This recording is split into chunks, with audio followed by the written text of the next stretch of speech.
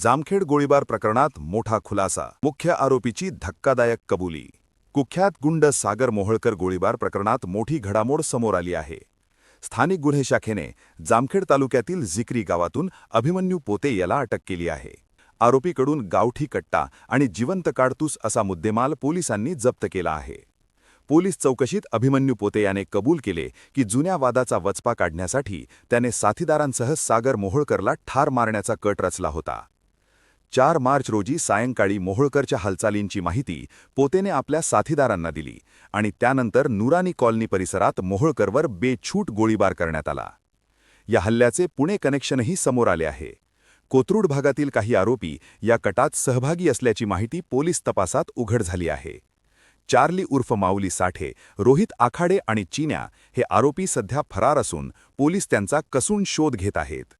ही धडाकेबाज कारवाई एलसीबीचे पोलीस निरीक्षक किरणकुमार कबाडी यांच्या पथकासह जामखेड पोलिसांनी पार पाडली।